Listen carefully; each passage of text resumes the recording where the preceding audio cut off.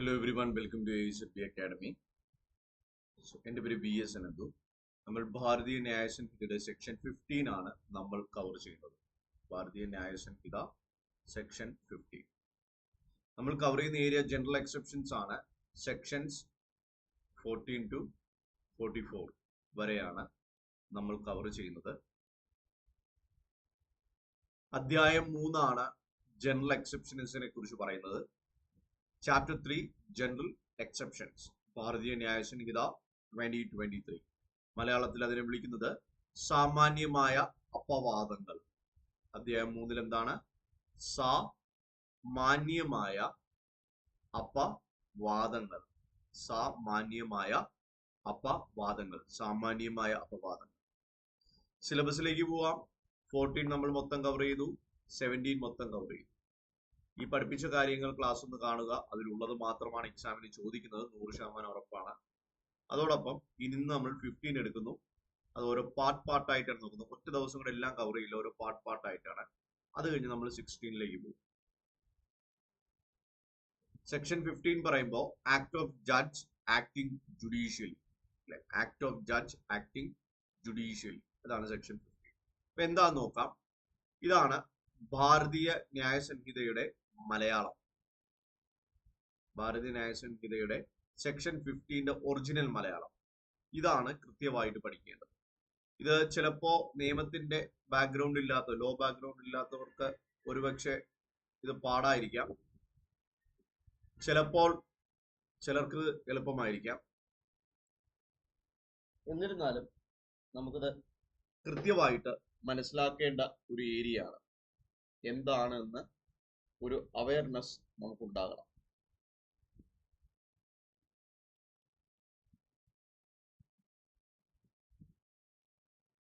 ഇതിൽ നിന്ന് പഠിക്കുമ്പോൾ മൊത്തം നമുക്ക് ഇതിൽ നിന്ന് തന്നെയായിരിക്കും ചോദിക്കുന്നത്. അപ്പൊ നമ്മൾ നോക്കുകയാണ് എന്താണ് ഇത് പറയുന്നതെന്ന് നമ്മൾ നോക്കുക. ജുഡീഷ്യലായി പ്രവർത്തിക്കുമ്പോൾ ജഡ്ജിയുടെ കൃത്യം. അല്ലെ, ജുഡീഷ്യലായി എങ്ങനെ പ്രവൃത്തിയാണ്? ജുഡീഷ്യൽ ആയിട്ടുള്ള പ്രവൃത്തികൾ, ജുഡീഷ്യൽ ആയിട്ടുള്ള പ്രവൃത്തികളാണ്. ഒരു ജഡ്ജി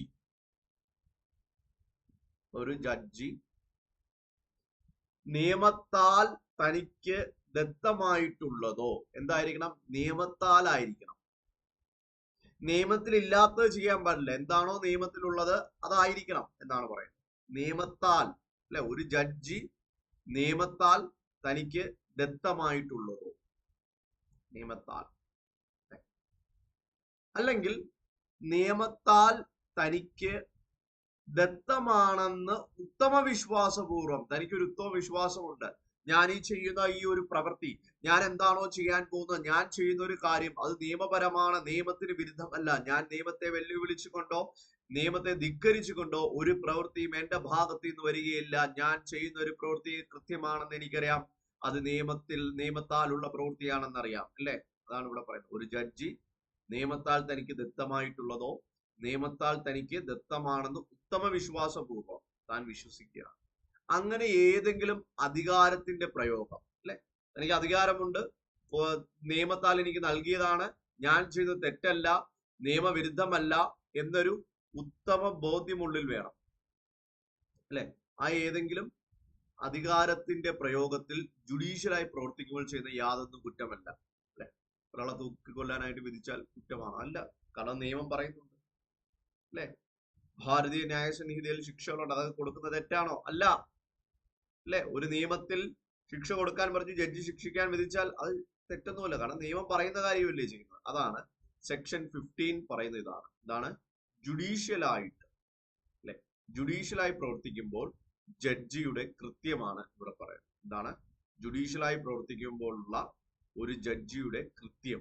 അതാണ് ഈ ഒരു സെക്ഷനിൽ നമുക്ക് കാണാൻ കഴിയുന്നത്. അല്ലെ, ഒരു ജഡ്ജി നിയമത്താൽ തനിക്ക് ദത്തമായിട്ടുള്ളതോ നിയമത്താൽ തനിക്ക് ദത്തമാണെന്ന് ഉത്തമ വിശ്വാസപൂർവം താൻ വിശ്വസിക്കുന്നതായ ഏതെങ്കിലും അധികാരത്തിന്റെ പ്രയോഗത്തിൽ ജുഡീഷ്യലായി പ്രവർത്തിക്കുമ്പോൾ ചെയ്യുന്ന യാതൊന്നും കുറ്റമാകുന്നതല്ല. യാതൊന്നും കുറ്റമാകുന്നതല്ല എന്നാണ് ഇവിടെ നമുക്ക് മനസ്സിലാക്കേണ്ടത്. സെക്ഷൻ 15 പറയുന്നത്.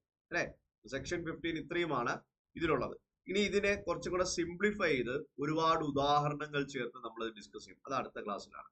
ഇത് പാർട്ട് 1 ആണ്. പാർട്ട് 1-ൽ നമ്മൾ പരിചയപ്പെടുന്നത് എന്താണ് സെക്ഷൻ 15, എന്താണ് സെക്ഷൻ 15 BNS-ൽ ഭാരതീയ ന്യായ സംഹിത 2023-ൽ പറയുന്നത് എന്താണ്.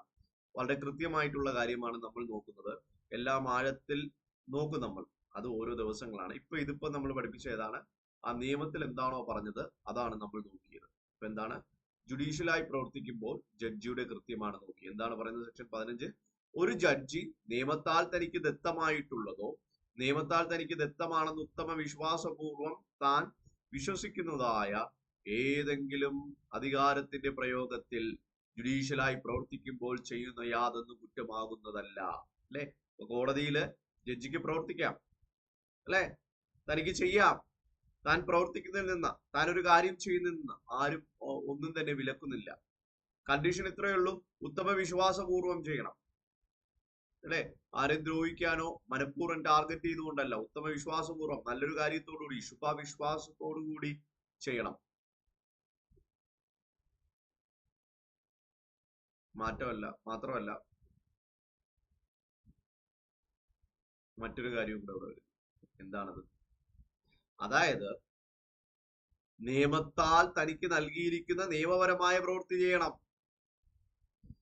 നിയമത്തെ ലംഘിച്ചോ നിയമത്തെ എതിർത്തുകൊണ്ടോ ചെയ്യാൻ പാടില്ല. എന്താണോ നിയമം തനിക്ക് നൽകിയിരിക്കുന്നത്, നിയമം എന്താണോ പറയുന്നത് ആ പ്രവൃത്തി കൃത്യമായി ചെയ്യണം. അല്ലെ, നിയമത്തെ ലംഘിച്ചുകൊണ്ട് ഒരു ജഡ്ജി ചെയ്യുന്നതല്ല. ഇതാണ് സെക്ഷൻ 15. അപ്പൊ എന്താണ് സെക്ഷൻ 15? ജുഡീഷ്യലായി പ്രവർത്തിക്കുമ്പോൾ ജഡ്ജിയുടെ കൃത്യം. ഒരു ജഡ്ജി നിയമത്താൽ തനിക്ക് ദത്തമായിട്ടുള്ളതോ നിയമത്താൽ തനിക്ക് ദത്തമാണെന്ന് ഉത്തമ വിശ്വാസപൂർവം താൻ വിശ്വസിക്കുന്നതായ ഏതെങ്കിലും അധികാരത്തിന്റെ പ്രയോഗത്തിൽ ജുഡീഷ്യലായി പ്രവർത്തിക്കുമ്പോൾ ചെയ്യുന്ന യാതൊന്നും കുറ്റമാകുന്നതല്ല എന്നാണ് നമ്മൾ മനസ്സിലാക്കേണ്ടത്. അല്ലെ, അപ്പൊ ഇതിനെക്കുറിച്ച് വിശദമായൊക്കെ പഠിക്കാനും AZB-യുടെ സല്യൂട്ട് എന്നൊരു ബാച്ചിൽ നിങ്ങൾ ജോയിൻ ചെയ്യുക. ഇവിടെ ഒരു കോഡ് നിങ്ങൾക്ക് കാണാം. ഈ ഒരു കോഡ് എന്ന് പറയുന്നത് അനന്തു 20, അല്ലെ, മുകളിൽ എഴുതിയിട്ടുണ്ട് അനന്തു 20. ഈ കോഡ് ഉപയോഗിച്ച് വേണം ജോയിൻ ചെയ്യാൻ. എന്ന് പറഞ്ഞാൽ 20% ഡിസ്കൗണ്ട് ലഭിക്കും. ഞങ്ങൾ തരുന്ന നോട്ട്, ഞങ്ങളുടെ ക്ലാസ് മാത്രം മതി ജയിക്കാൻ. മറ്റൊന്നും തന്നെ നിങ്ങൾ നോക്കേണ്ടതില്ല. ക്ലാസ്സിൽ കൃത്യമായിട്ട് പഠിപ്പിക്കും, അത് ഫോളോ ചെയ്താൽ മതി. എക്സാമിന് നമ്മൾ തരുന്ന മെറ്റീരിയൽ ബേസ് ചെയ്തായിരിക്കും ചോദിക്കുന്നത്. എന്ന് പറഞ്ഞാൽ നമ്മൾ എന്താണോ പഠിപ്പിക്കുന്നത് ആ കാര്യത്തിലുള്ള അതൊക്കെ ചോദിക്കുക. കാരണം ഒറിജിനൽ നിയമപുസ്തകങ്ങളാണ് പഠിപ്പിക്കുന്നത്. റാങ്ക് ഫെയിൽ ഒരിക്കലും എടുക്കരുത്. ഞങ്ങളുടെ ക്ലാസ് ജോയിൻ ചെയ്യുകയാണെങ്കിൽ റാങ്ക് ഫെയിൽ വേണ്ട ആവശ്യമില്ല. പഴയ ക്ലാസ് കണ്ടു നോക്കാം, യൂട്യൂബിൽ അവൈലബിൾ ആണ്. കുറച്ചൊക്കെ അവൈലബിൾ ആയിട്ടുള്ളൂ. കൂടുതൽ വിശദീകരിച്ച് മൊത്തം പഠിക്കാനായിട്ട് കോഴ്സിന് ജോയിൻ ചെയ്യുക. എന്തെങ്കിലും സംശയമുള്ളവർക്ക് ഇവിടെ കോൺടാക്ട് നമ്പർ ഇവിടെ ഓൾറെഡി കൊടുത്തിട്ടുണ്ട്, ഇതിലേക്ക് വിളിച്ച് നോക്കാവുന്നതാണ്. അപ്പോൾ ഇന്നിപ്പോൾ ഇത്രയേ ഉള്ളൂ. നമ്മുടെ ഇന്നുകൊണ്ട് സെഷൻ ഇവിടെ തീരുവാണ്. അടുത്തൊരു ടോപ്പിക്കുമായിട്ട് നമ്മൾ ഉടൻ തന്നെ വരുന്നതായിരിക്കും. Thank you for watching. By.